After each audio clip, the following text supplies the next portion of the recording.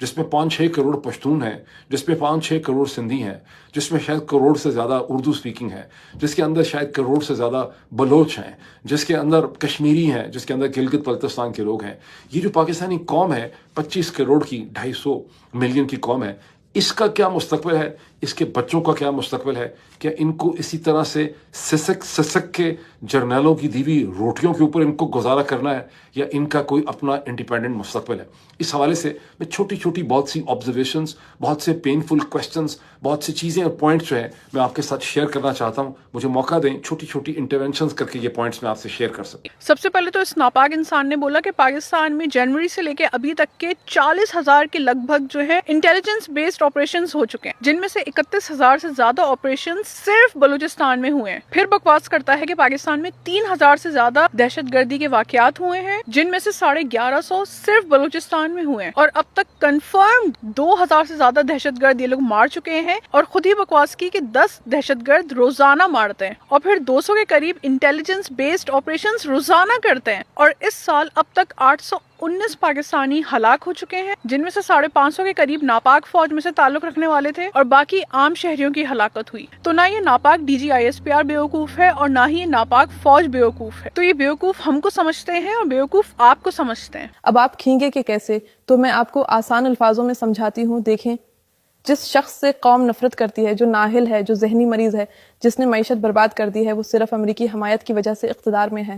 امریکہ کی حمایت مفت میں میسر نہیں, انہیں گندے کاموں کی وجہ سے دستیاب ہے. غزہ میں فوج بھیجنا تو دور, حمایت کے بدلے اسے ٹرمپ کے سامنے مداری بھی کرنا پڑی تو کرے گا, کیونکہ اس کے پاس دینے کو اور کچھ بھی نہیں. سر, یہ پاکستان میں کیا ماحول بنایا ہوا ہے؟ یہ کیا طریقہ ہے رول کرنے کا؟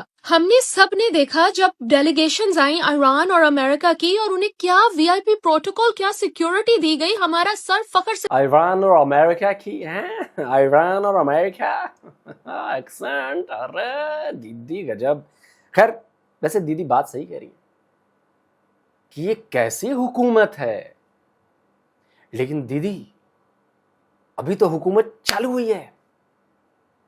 ابھی حکومت کے ایسے ایسے رنگ آپ کو دیکھنے ہیں, ایسے ایسے ظلم و ستم آپ کو دیکھنے ہیں کہ آپ کے پاس شبد کم پڑ جائیں گے, وشیشن کم پڑ جائیں گے, ناؤن پروناؤن کا پتہ نہیں ہوگا, آپ کا دماغ ہل جائے گا. ابھی جو ہونے والا ہے, صوبے چھوٹے چھوٹے ہوں گے, سول وار ہونے والی ہے, لڑائی جھگڑے بڑھیں گے, پولیٹیکل کلنگز ہوگی, سب ہوگی. ملا منیر نے سب کچھ پلان کیا ہوا ہے, ڈونٹ وری. آپ لوگوں کو بہت مسالہ ملنے والا ہے ویڈیو بنانے کے لیے. ابھی تو کچھ نہیں ہے یہ جو دکھ رہا ہے, اصلی کھیل تو ابھی آنے والے کچھ ہفتوں میں چالو ہونے والا ہے. You will see. سر فخر سے بلند ہو گیا آپ کو دیکھ کے. لیکن مجھے یہ جاننا ہے کہ یہ جو پاکستان کے عام شہری ٹیکس دے دے کے محنت کر کے مر گئے ہیں, کیا وہ یہ حفاظت ڈیزرو نہیں کرتے؟ یہ صرف VIPs کے لیے ہے؟ آخر تو آپ انسان ہیں سر, آپ کا بھی دل ہوگا. کیا زندگی میں مقصد صرف یہ دکھانے کے لیے ہے دنیا کے سامنے ایک پروٹیکٹر اور پیس ایمبیسڈر بن جاؤ کہ آپ نوبیل پیس پرائز کے حقدار ہیں صرف ٹرمپ کے کہنے سے؟ اصل عزت وہ ہے جب آپ کے اپنے ملک کے لوگ گواہی دیں, جب پاکستان کی سڑکوں پہ جا کر پوچھا جائے اور لوگ کہیں ہاں یہ ہمارا لیڈر ہے, اس نے ہمیں محفوظ رکھا ہے. یہ گواہی صرف آپ کی عوام دے سکتی ہے, کوئی فورن لیڈر نہیں. دیکھیے اپنے لوگوں کا حال تو دیکھیے ان کی تکلیف. سر آپ مسلمان ہیں, جب آپ اللہ کے سامنے کھڑے ہوں گے اور وہ آپ سے پوچھیں گے, کیا جواب دیں گے آپ؟ کہ آپ نے ایسا ماحول بنایا جس میں لوگ آپ سے اللہ سے زیادہ ڈرتے تھے کہ وہ چپ رہے. جب مجھے کسی انسان سے ڈر لگتا ہے تو میں یہ سوچتی ہوں کلو نفس. تو دیدی یہ بتائیے کہ آپ کو لگتا ہے کہ پاکستان میں لوگ اللہ سے ڈرتے ہیں؟ کیونکہ اگر ایسا ہوتا تو چوری نہیں ہوتی, ایسا ہوتا تو ڈکیتی نہیں ہوتی, ایسا ہوتا تو مہیلاؤں کے ساتھ زیادتی نہیں ہوتی, اگر ڈر ہوتا تو ملاوٹ نہیں ہوتی, اگر ڈر ہوتا تو کرائم نہیں ہوتا, مرڈر نہیں ہوتا, سازشیں نہیں ہوتی.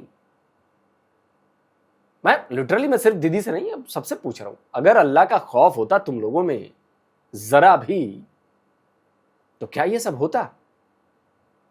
نہ.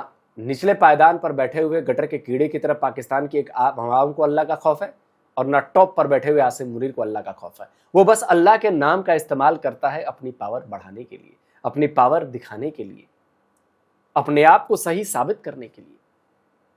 اور ایک جو غریب عوام ہے یا جو نفرتی عوام ہے, وہ اللہ کا استعمال کرتی ہے اپنے ہر گناہ کو چھپانے کے لیے, اپنے ہر گناہ پر پردہ ڈالنے کے لیے. جھوٹ سے, فریب سے, دو نمبری سے. پاکستانیوں, اگر اللہ کا ڈر ہوتا تمہارے اندر تو کبھی ایسا ہوتا نہیں ہوتا, لیکن ہوا ہے, یعنی کہ ڈر ختم ہے, پھر بات ہی نہیں کرنی. اللہ کا ڈر, پھر عاصم منیر کو کیا بات کا ڈر, کسی چیز کا ڈر نہیں. کلو نفس ذائقۃ الموت, موت برحق ہے.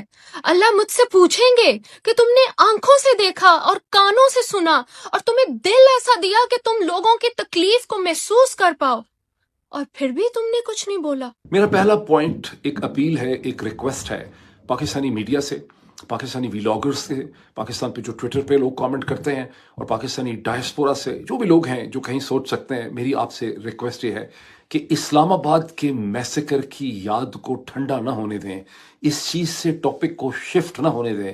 بیکاز پاکستان کی میڈیا کے اندر, ایون پاکستان کی جو ویلاگر مارکیٹ ہے اس کے اندر یہ بہت زیادہ ایک ٹینڈنسی پائی جاتی ہے کہ ہر 12 گھنٹے کے بعد ایک نیا ٹاپک انوینٹ کرنا ہے. کوئی نئی اسٹیٹمنٹ آ گئی ہے, کوئی نئی پوزیشن آ گئی ہے, کوئی نئی پریس کانفرنس آ گئی.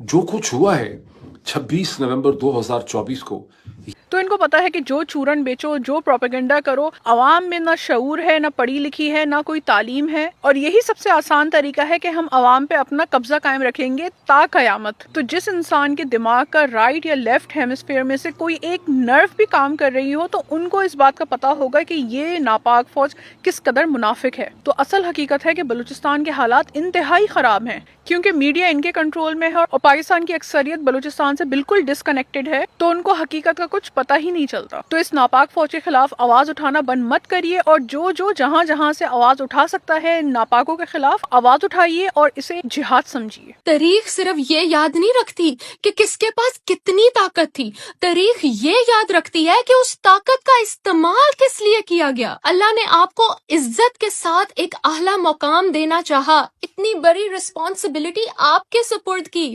اللہ تعالیٰ نے آپ کو اس مقام پر کسی وجہ سے بٹھایا ہے, آپ کے ہاتھ میں وہ اختیار ہے. خدا کے لیے اس اختیار کو پاکستان کے لوگوں کی حفاظت کا ذریعہ بنائیں. لوگوں کو خوف سے نہیں, امید سے جینے کا سبق دیجیے, کیونکہ جب عوام محفوظ ہوتی ہے تب ملک مضبوط ہوتا ہے, اور جب اللہ کسی کو اختیار دیتے ہیں تو اس اختیار کا حساب بھی لیتے ہیں. اس وقت کا سوچئے جب وہ حساب آپ کا ہوگا. گھنٹہ ہوگا, یحییٰ خان کا حساب ہو گیا, وہ جنرل جیا کا حساب ہو گیا, پرویز مشرف کا حساب ہو گیا, کس کس کا حساب ہوا بتاؤ نا. سب کے خاندان والے مست پیسے کما کے بیٹھے ہوئے ہیں. حامد گل کا ہو گیا, ایوب خان کا ہو گیا, کس کا ہو گیا.